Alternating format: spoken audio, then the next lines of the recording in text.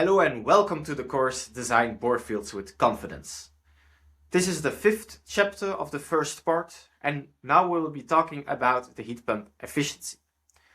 In chapter 4 we talked about the building thermal energy demand, the heating and cooling, domestic hot water load, and we said, well, this is not exactly what goes in and out of the bore field, because that's the extraction and injection. And there is a heat pump that differentiates between the two load types.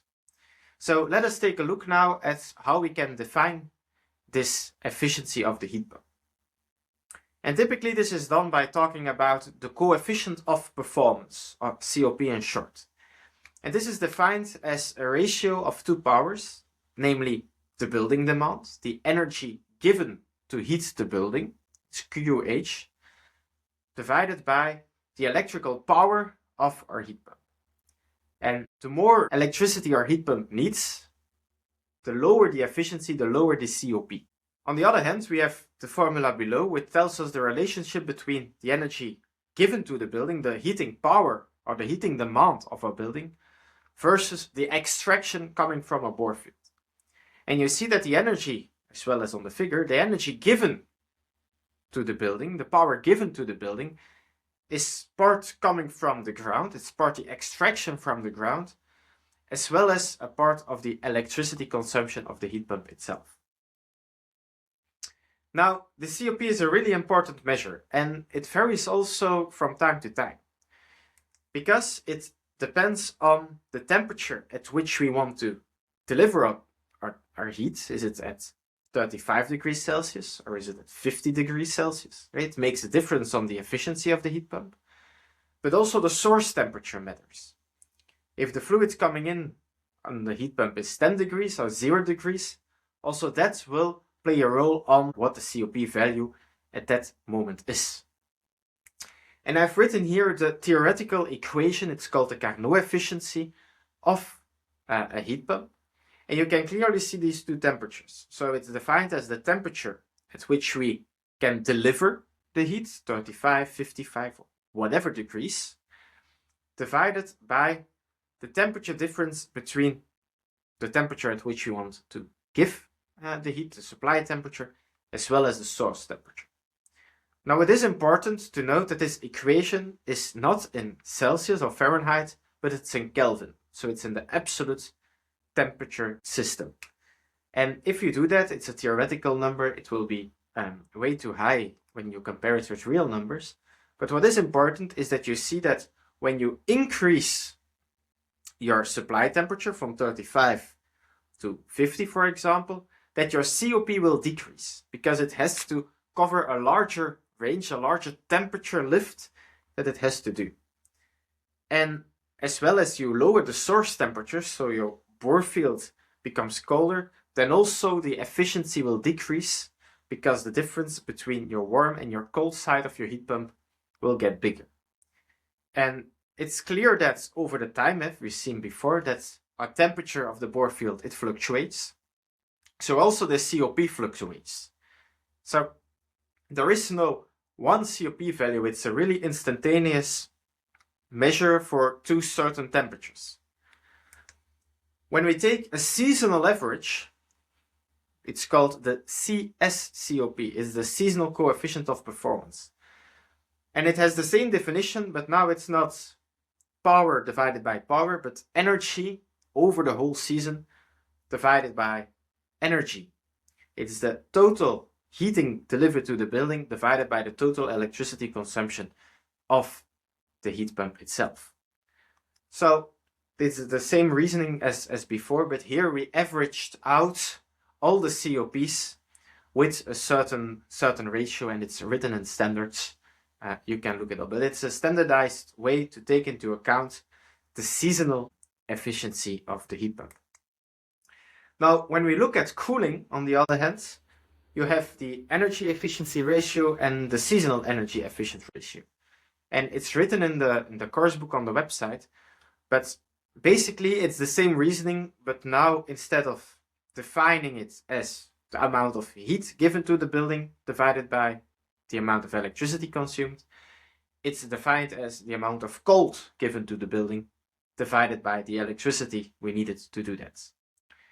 Now, when we have passive cooling, the situation is a little bit different because now there is no compression working. We don't need the heat pump's compressor when we work with free or passive cooling. So the electricity consumption is just the circulation pump running, which is really low when you compare it to the electricity consumption of a compressor. So typically, the seasonal energy efficiency ratio of passive cooling is between 15 to 25. So to summarize, we have the COP and the SCOP. COP, coefficient of performance, instantaneous and at a specific working point, temperature and part loads. We will come back to that in a second. And the SCOP is a seasonal coefficient of performance. It's an average value, and it's calculated based on predefined or standardized calculation methods. And it's important that this seasonal value is always higher than our COP at maximum peak power specific conditions. And this is important because there are also different types of heat pumps. Now, when you look at it, it's just a box, but what's in the box can be very different. On the one hand, you have on-off heat pumps. These are systems that they work 100% of their nominal power or zero. And this also means that when you just need a little bit of heating demand, they will jump out at maximum power and jump back off. So there's quite a lot of wear. You get less stable temperatures and they have a tendency of having a lower efficiency. Whereas on the other hand, if you have modulating heat pumps, they can cover somewhere between 30 and 100% of their maximum power. So if your building demand is a little bit lower than what your heat pump can actually deliver, it can just slow down the frequency of the compressors and it can still work. So it's not on-off, it has lower wear, therefore the temperatures are stable. It's also quieter because on average, the frequency of the heat pump is lower, so it's quieter. And the efficiency is also better because when it's working in part loads, you can think about it, all the components, the pipes, the heat exchangers, etc. are sized so that they can deliver the maximum loads. But if you only need, imagine you have a heat pump of 10 kilowatts and you only need 5 kilowatts of it, all the components are oversized for that 5 kilowatts. They are too big for that. So meaning that all the heat transfer is really easy, flow losses are minimal, etc. So in part load conditions, your heat pump tends to have also a higher efficiency. And now the problem is that when you look at traditional bore field design, so what we do is we take our building loads and we convert it to a ground load, looking at technical data sheets from our heat pump, and we look at the SCOP value at B0W35 or B0W55, meaning standardized values for 0 degrees coming in to our heat pump, 35 degrees coming out of it, or 55. But there is a problem with these type of assumptions, namely that our peak power is actually overestimated. Because if we take a look at the COP, the instantaneous efficiency at these same B0W35 conditions, it will be lower than our SCOP conditions. So we overestimate the efficiency of our heat pump during our peak powers. But also on the other hand, you see B0. Now, we've not talked a lot about temperature profiles, but I already mentioned that you typically want to stay above the 0 degrees. So most of the year, your fluid temperature will be higher than 0 degrees, meaning that also your efficiency will be higher than the official B0W35 values. So you're underestimating the real efficiency of your heat pump, and hence also the energy extracted from the ground, your imbalance is also underestimated. And lastly, which is also rather strange, your design choices, how deep you drill, how many boreholes you drill, if you over or undersize your bore field, it does not have an influence on the efficiency. Because the efficiency is, traditionally speaking, an input. You look it up, you give it into the software, and it stays constant no matter your design. Now, of course, in reality, your design matters, and it has an impact on your efficiency as well. So this is just to show. Next part, we will be talking about bore field design for the first time, and we'll be talking about the thermal aspects and short and long term, with the basic classical assumptions.